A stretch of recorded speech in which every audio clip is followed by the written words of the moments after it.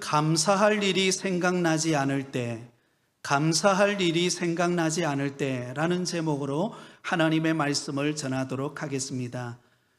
여러분들은 요즘 살아가시면서 감사할 일들이 많이 생각나세요? 아니면 답답하고 괴로운 일들이 많이 생각나세요? 네, 오늘날 많은 사람들이 안타깝게도 살아가면서 감사할 일들이 많이 생각나기보다 오히려 힘들고 답답하고 괴로운 일들이 더 많이 생각이 나서 밤잠 자지 못하고 마음을 괴롭히고 힘들게 한다라는 것입니다. 그렇다면 감사할 일이 생각나지 않을 때 우리는 그러면 어떻게 해야 할까요? 일반적으로 사람들이 사용하는 감사에는 크게 세 가지 종류의 감사가 있다고 합니다. 첫 번째 감사는 만일의 감사입니다. 만일 하나님께서 나의 소원을 들어주신다면 감사하겠습니다 라고 하는 조건적인 감사입니다. 우리가 하나님께 드리는 감사 중에서 가장 낮은 단계의 감사라고 말할 수 있습니다. 두 번째는 때문에 감사가 있습니다. 하나님께서 나에게 무엇인가를 이루어 주었기 때문에 하나님 앞에 감사하는 것입니다. 취직시켜 주셔서 감사하고, 병을 낫게 해 주셔서 감사하고, 기도 응답받게 해 주셔서 감사하고, 그리고 세 번째 감사는 그럼에도 불구하고의 감사가 있습니다. 지금 나에게 처해져 있는 환경은 너무나 힘들고 답답하고 되는 일 없고 오랜 기간 동안 기도했지만 응답은 커녕 여전히 환경이 변하지 않는 상황 속에서도 감사하는 것, 그럼에도 불구하고의 감사함입니다. 구약 성경에 나오는 욥이 그 대표적인 인물이죠. 욥은 마귀의 시험을 받아 하루아침에 자신이 가지고 있는 모든 재산을 다 잃어버렸습니다. 또한 자식도 잃었고요, 심지어는 건강마저 잃어버렸습니다. 모든 상황이 다 답답하고 힘든 환경이었습니다. 그때 욥은 어떻게 고백할까요? 욥기서 1장 21절 22절에 이렇게 고백합니다. 이르되 내가 모태에서 알몸으로 나와 싸운저 또한 알몸이 그리로 돌아가올지라 주신 이도 여호와시요 거두신 이도 여호와시오니 여호와의 이름이 찬송을 받으실지어다 하고 이 모든 일에 욥이 범죄하지 아니하고 하나님을 향하여 원망하지 아니하니라.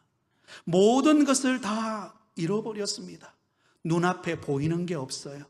너무나 답답하고 힘든 현실이었습니다. 그런 가운데 욥은 도리어 주신 이도 여호와시고 거두어 가신 분도 하나님이시기에 하나님의 이름이 찬송을 받을지어다 이렇게 고백하고 있습니다. 여러분 어떠세요? 이러한 고백이 쉽게 나올까요? 사실 전혀 감사할 것이 생각나지 않을 때 우리의 입술로 감사한다는 것 쉬운 일이 아닙니다. 도리어 원망하고 불평하고 좌절하기가 쉽습니다. 그럼에도 불구하고 욥은 감사할 수 없는 상황 속에서 하나님께 감사하고 찬양하고 있습니다. 오늘 우리가 읽은 본문의 말씀에도 보면 하박국 선지자의 감사의 내용이 소개되고 있습니다. 그렇다면 하박국 선지자가 하나님께 드린 감사의 내용은 어떤 감사였을까요? 감사할 일이 생각나지 않는 상황 속에서 드리는 감사였습니다. 한번 따라하겠습니다. 감사할 일이 생각나지 않는 상황 속에서 하나님께 드린 감사. 네, 그렇습니다. 감사할 일이 전혀 생각나지 않아요. 내 환경이 전혀 감사할 게 없어요. 그런 가운데서도 하나님께 드린 감사입니다. 오늘 17절은 이렇게 말씀합니다. 우리 같이 읽습니다. 비록 무화과 나무가 무성하지 못하며 포도나무에 열매가 없으며 감람나무에 소출이 없으며 밭에 먹을 것이 없으며 우리의 양이 없으며 외양간에 소가 없을지라도. 여러분, 하박국 선지자는 이렇게 고백하죠. 비록 무엇하여 없을지라도 그럼에도 불구하고 하나님 앞에 감사한다라는 것입니다. 비록 무화과 나무에 열매가 무성하지 않아도, 포도나무에 열매가 없어도, 감람나무에 소출이 없다 할지라도, 밭에 먹을 열매가 없다 할지라도, 우리의 양이 없으며 외양간에 소가 없다 할지라도 그럼에도 불구하고 감사한다라는 것입니다. 여러분, 여기 언급되어지고 있는 무화과나무, 포도나무, 감람나무, 밭과 양의 우리 등은 여러분, 우리가 이 세상을 살아가는 데 있어서요, 반드시 필요한 경제적 자원을 제공하는 일터입니다. 그런데 그 일터에 필요한 것들이 공급되지 않고 모든 것이 막혀서 소출을 거두었는데 열매가 얼마 나오지를 않는 거예요. 그런 답답하고 힘든 경제적인 궁핍과 환난과 시련의 때를 맞이했다는 것을 의미하죠. 여러분에게도 그런 때가 없습니까? 열심히 땀 흘리고 수고하고 최선을 다했는데 내가 기대하고 바라는 만큼의 열매가 거두어지지 않을 때, 때로는 내가 충성하고 헌신했는데 그 수고의 열매가를 내가 알아주지 않을 때, 여러분, 그럴 때 우리 마음속에는 어떤 마음이 찾아올까요? 절망과 좌절의 마음이 찾아올 것입니다. 대부분이 그래요. 그런데 놀랍게도 오늘 본문의 하박국 선지자는 이러한 상황일지라도 감사할 일이 전혀 생각나지 않고 전혀 감사할 일이 전혀 눈앞에 보이지 않을 때, 그럼에도 불구하고 그는 하나님 앞에 감사하고 있습니다. 사랑하는 여러분, 감사할 일이 눈앞에 안 보인다고 우리가 감사할 게 없는 게 아니에요. 자, 그렇다면 결코 감사할 일이 생각나지 않는 상황 속에서도 하박국 선지자가 어떤 은혜를 경험했기에 그는 감사할 수 있었을까요? 그 비결이 무엇일까요?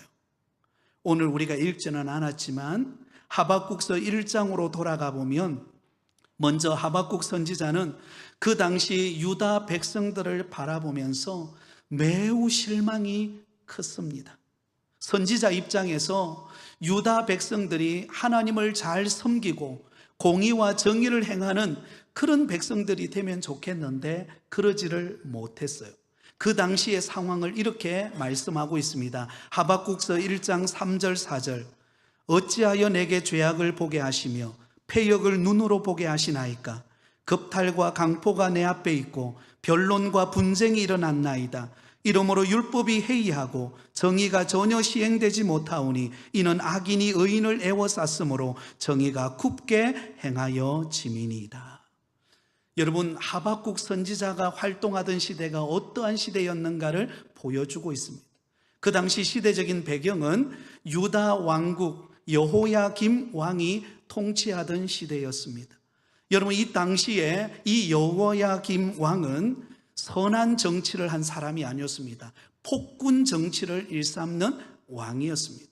백성들을 탄압하고 무죄한 자들을 해하고 그리고는 다른 사람의 백성들의 것을 갈취하는 악한 왕이었습니다. 여러분, 그러다 보니까 유다 왕국이 어떤 상태가 되어버렸을까요?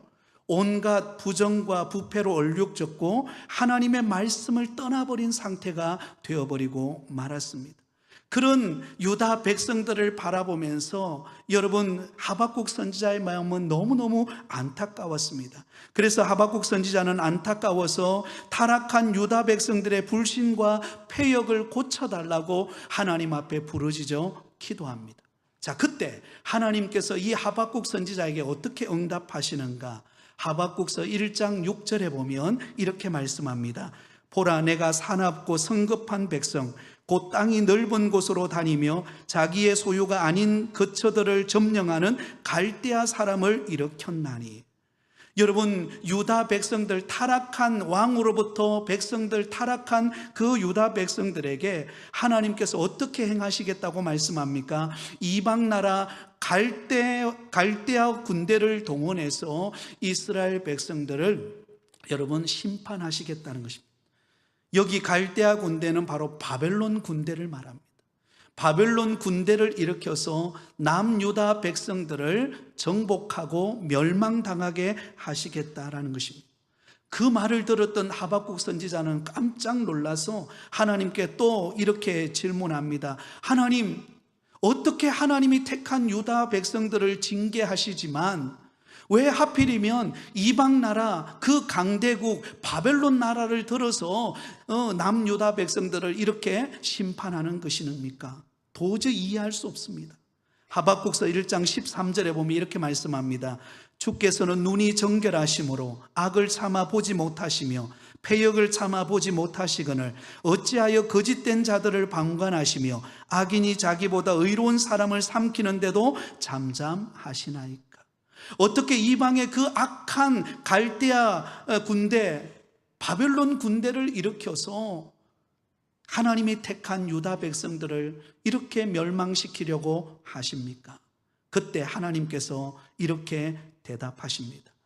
그들을 통하여 유다 백성들을 연단하고 하여서 그들을 심판하시지만 결국은 내가 그 남유다 백성들을 괴롭히고 심판하는 그 바벨론 나라를 멸망시킬 것이고, 그리고 그 고통당하는 남유다 백성들을 다시금 연단하고 회복하여 하나님을 온전히 섬기는 백성들로 바꾸어 놓을 것이다, 이렇게 말씀합니다.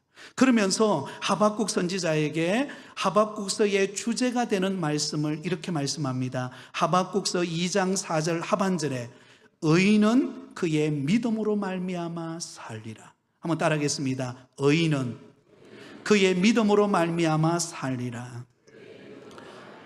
하나님의 백성들이 사는 길은 어떤 길입니까? 오직 믿음으로 사는 길이라는 것입니다.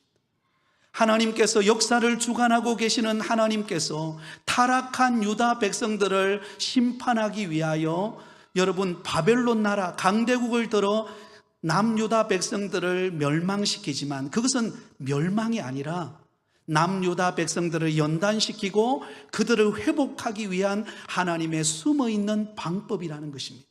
그리고 그 가운데서 오직 믿음으로 하나님을 섬기는 택한 백성들을 통하여 다시금 하나님의 나라를 세워가시겠다라는 아주 하나님의 그런 거대한 계획을 품고 있었다는 것입니다.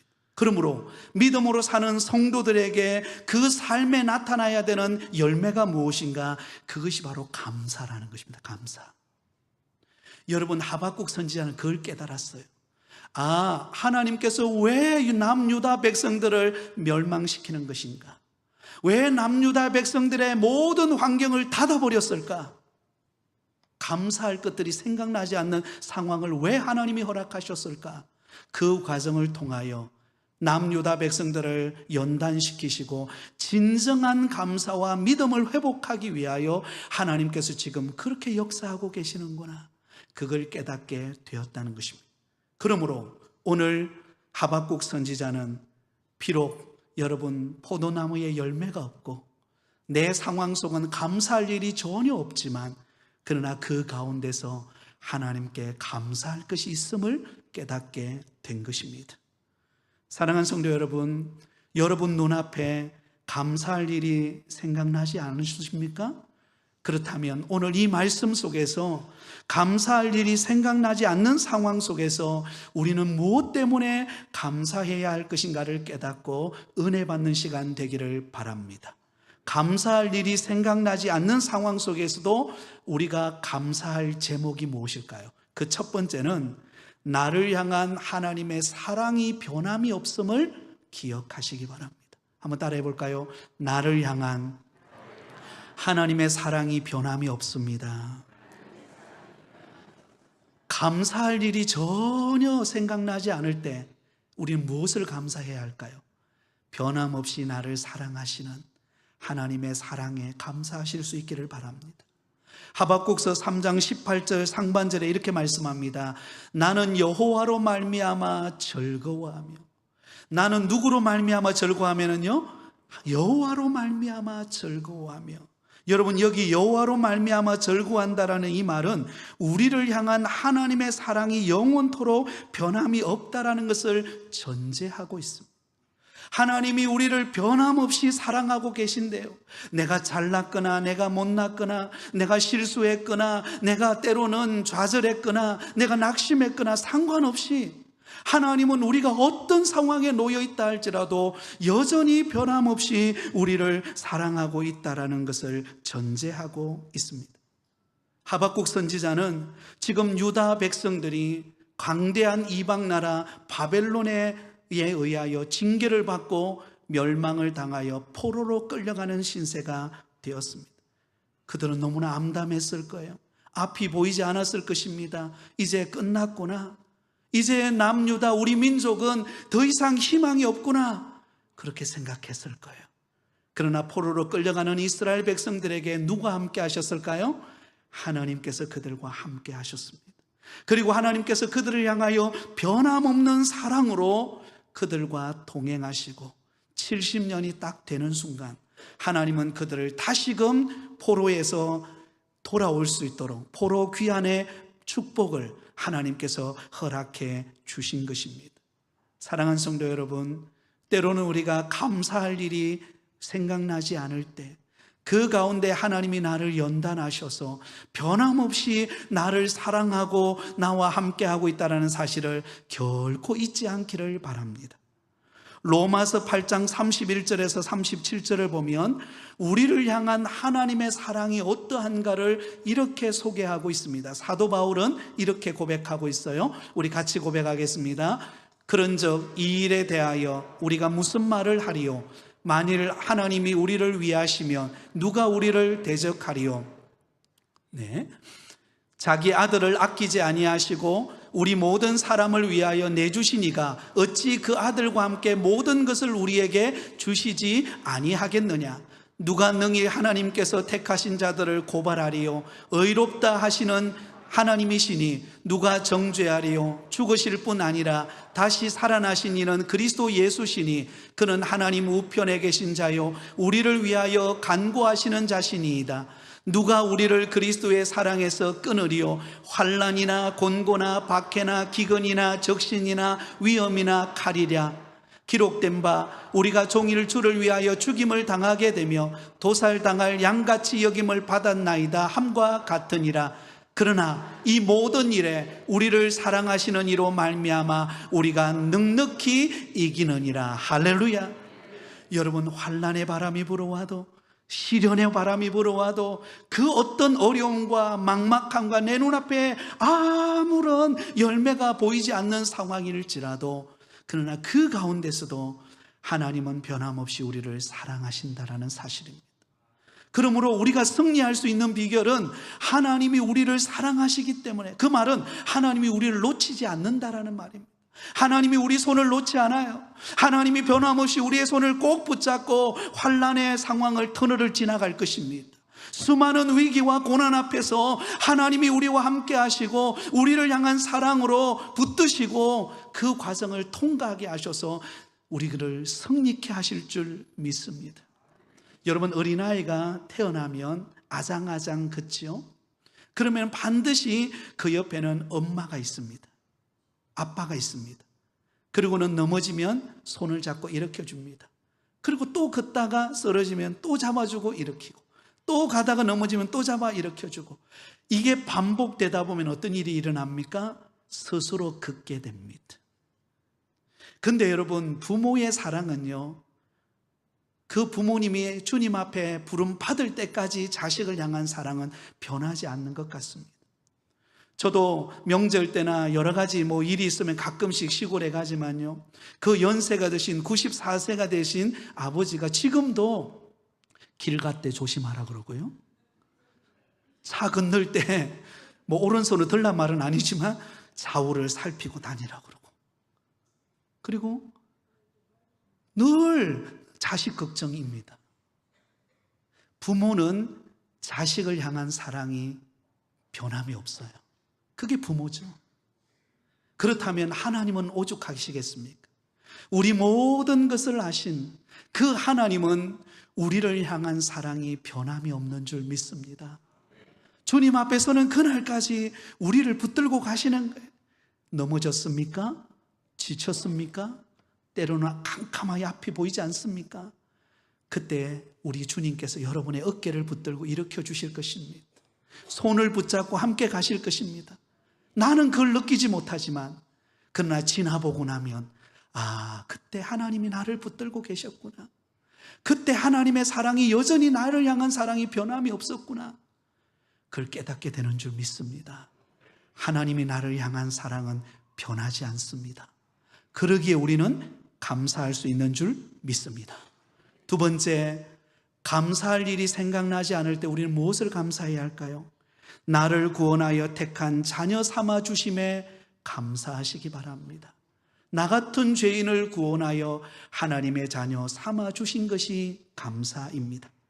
하박국 3장 18절 하반절에 보면 이렇게 고백합니다. 나의 구원의 하나님으로 말미암아 기뻐하리로다. 여러분, 하나님을 바라보면서 하박국 선지자는 기뻐했어요. 감사했어요. 무엇을 감사했을까요? 나의 구원의 하나님 되심을 감사하고 있다라는 것입니다. 하박국 선지자는 비록 모든 것을 잃어버린 것과 같은 상황 속에서도 결코 잃어버리지 않는 영원한 것이 있음을 그는 깨달았어요. 그것이 무엇인가? 바로 나를 향한 영원한 구원입니다.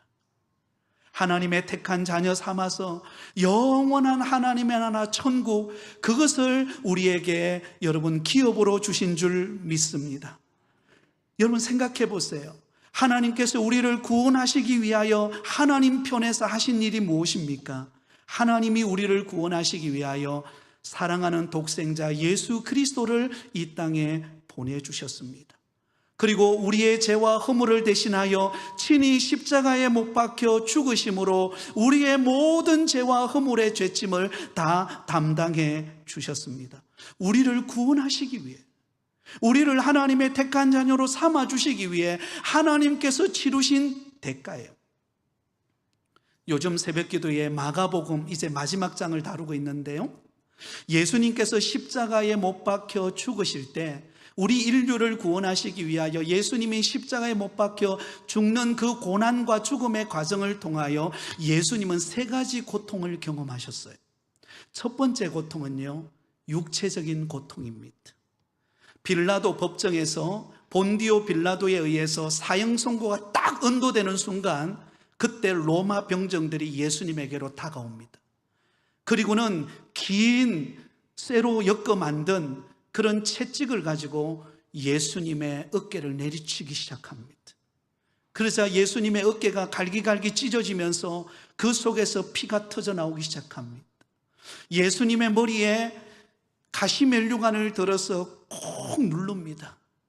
그러자 그 아주 날카로운 그 가시관이 예수님의 머리에 박히면서 거기서 피가 흐르기 시작합니다.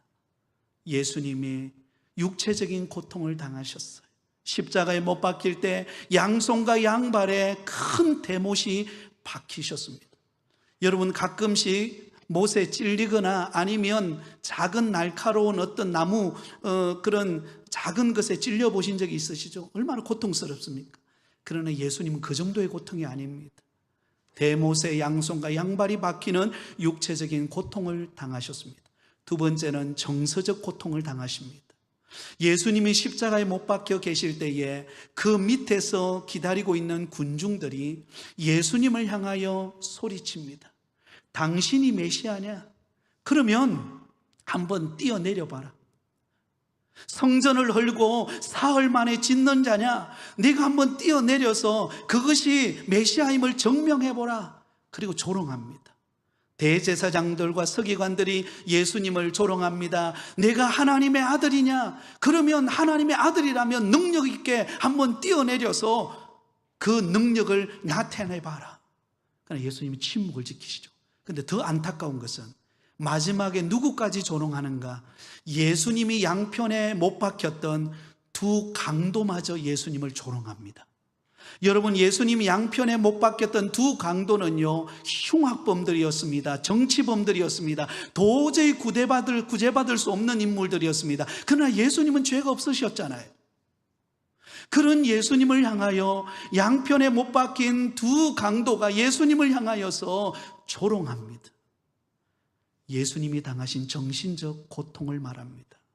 근데 마지막 하나의 고통이 더 있어요. 영적인 고통이 있습니다. 이 영적인 고통은 예수님이 십자가에 못 박히셔서 마지막 순교하기, 마지막 세상을 떠나는 그 순간 예수님은 절규하며 소리칩니다. 엘리 엘리 라마 사박다니, 나의 하나님 나의 하나님 어찌하여 나를 버리셨나이까. 여러분, 하나님께서 독생자 예수 그리스도께서 십자가에 못 박혀 죽으시는 바로 그 순간에 그 영광스러운 하나님, 늘 공생의 사역 동안 예수님과 친밀한 교제를 나누셨던 그 성부 하나님께서 그 순간만큼은 등을 돌리셨어요. 그 순간만큼은 예수님을 버리셨습니다. 왜? 죄인된 우리 인간을 구원하시기 위해서는 예수님이 십자가에 못 박혀 죽으셔야만 했기 때문입니다. 이게 영적 고통이에요. 육체적 고통, 정서적 고통, 영적인 고통을 당하시면서 예수님이 십자가에 못 박혀 죽으시고 죽은 지 사흘 만에 부활하심으로 저와 여러분에게 구원의 길을 열어놓으셨습니다. 누구든지 예수 그리스도를 믿고 믿음 안에 살아가는 자는 하나님의 택한 자녀가 되고 구원받는 천국 백성이 되는 줄 믿습니다. 그 구원의 감격은, 이 구원은요, 이루 말할 수 없습니다. 이건 무엇과도 바꿀 수 없는 선물입니다. 저와 여러분은 그 영광스러운 선물을 이미 받은 자인 줄 믿습니다. 그러므로 내가 구원받은 은혜를 기억하며 감사할 수 없는 상황 속에서도 감사하실 수 있기를 바랍니다. 마지막 세 번째로는요, 나의 힘이 되신 분이 하나님이시기 때문입니다. 나는 약하지만, 나는 부족하지만, 내가 가진 것은 없지만 하나님이 나의 힘이 되어 주시기 때문입니다. 우리 19절 말씀을 마지막으로 같이 읽습니다. 시작. 주 여호와는 나의 힘이시라. 나의 발을 사슴과 같게 하사 나를 나의 높은 곳에 다니게 하시리로다. 이 노래는 지휘하는 사람을 위하여 내 수금에 맞춘 것이니라. 여러분, 하박국 선지자가요, 여러분, 하나님이 변함없이 나를 사랑하고 나 같은 죄인을 구원하여 택한 백성 삼아주실 뿐만 아니라 하나님은 나의 힘이 되어주신다라는 사실을 깨달은 것입니다. 나의 발을 사슴과 같이 뛸 수 있도록 하나님께서 나에게 힘을 불어넣으시고, 내가 약할 때 강함이 되시고, 내가 연약할 때 능력이 되시고, 내가 앞에 보이지 않는 상황 속에서 하나님께서 때를 따라 돕는 은혜로 채우시는 분이 우리 하나님이시라는 것을 깨닫게 해 주신 것입니다. 여러분, 광야 40년을 걸어가던 이스라엘 백성들을 한번 생각해 보세요. 광야 40년을 걸어가는 이스라엘 백성들 앞에는 그들이 가지고 있는 것은 아무것도 없어요. 그냥 하나님의 말씀 붙잡고 가는 거예요.